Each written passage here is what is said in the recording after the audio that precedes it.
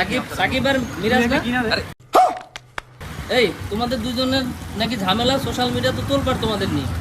এই যে ক্যামেরা দেখে এভাবেই পালাচ্ছে, পালিয়ে যাচ্ছে। আরে আরে আরে এই এই এই কই যাও, এই কই যাও?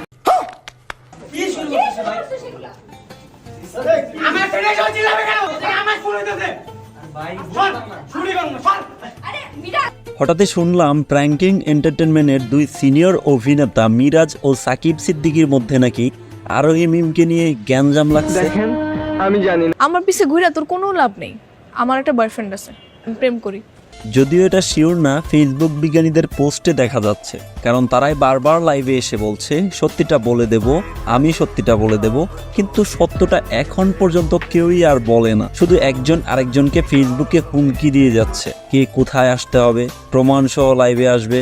কিন্তু আসবেন কবে ভাই? দুইজন মুরব্বী, আপনারা দুইজন 2-3টা করে লাইভ করে ফেললেন, কিন্তু আপনারা এখনো এটাই বললেন না কার জন্য এবং কিসের জন্য এভাবে হাতাহাতি করলেন। প্র্যাঙ্কিং এন্টারটেইনমেন্টের দুটো নতুন মুখ মিরাজ ও সাকিব। আরে ভাই শোন, তোরা দুইজন একসাথে কাজ করিস, অল্প স্বল্প মন মালিন্য হতেই পারে। এখন সেটা আরোহী মিমকে নিয়ে হোক বা অন্য কারণে, তাই বলে এভাবে সোশ্যাল মিডিয়ায় আইসা বস্তির পোলাপানদের মতো আচরণ করবি, এটা কেমন দেখায়? এটা কেন বললাম, কয়েকটি নমুনা পোস্ট আপনাদেরকে দেখালে বুঝতে পারবেন।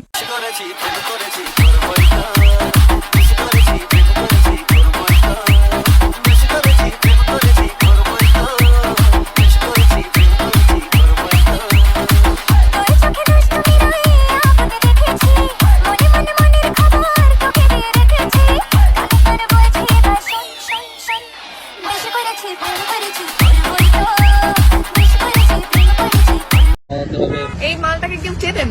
দেখেন তো। আসলে কাহিনীটা হয়েছে কি, এদের মধ্যে খালি থার্ড পারসন ঢুকে যায়। মিরাজ আরোহীর মধ্যে একবার থার্ড পারসন ঢুকে যায়, সাকিব আরোহীর মধ্যে আরেকবার থার্ড পারসন ঢুকে যায়। এখন নাকি শুনছি সাকিব ও মিরাজের মধ্যে থার্ড পারসন ঢুকে গেছে। মজার বিষয় হচ্ছে ঘুরে ফিরে তারাই তিনজন, এই তিনজনের মধ্যেই থার্ড পারসন ঢুকে যায়। তাহলে এই সমস্যা সমাধানের পথ কি? হ্যাঁ, পথ অবশ্যই আছে। মিরাজ, সাকিব এবং মিম এই তিনটাকে একসাথে করে জিজ্ঞেস করতে হবে, আসলে ভাই তোদের মধ্যে কাহিনীটা কি? কিসের জন্য তোদের মধ্যে দুদিন পর পর ঝগড়া এবং থার্ড পারসন ঢুকে যায়? তবে আমার কেন জানি বারংবার মনে হয় এই কাহিনীগুলোর পেছনে ভিন্ন রকম একটা কাহিনী আছে।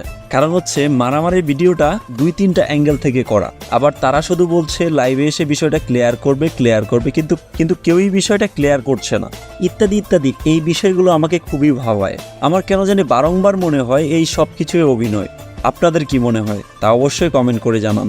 ভিডিওটি ভালো লাগলে একটি লাইক দিয়ে চ্যানেলটি সাবস্ক্রাইব করুন, পেজ হলে ফলো করুন। আপনার দিনটি অনেক অনেক অনেক ভালো কাটুক।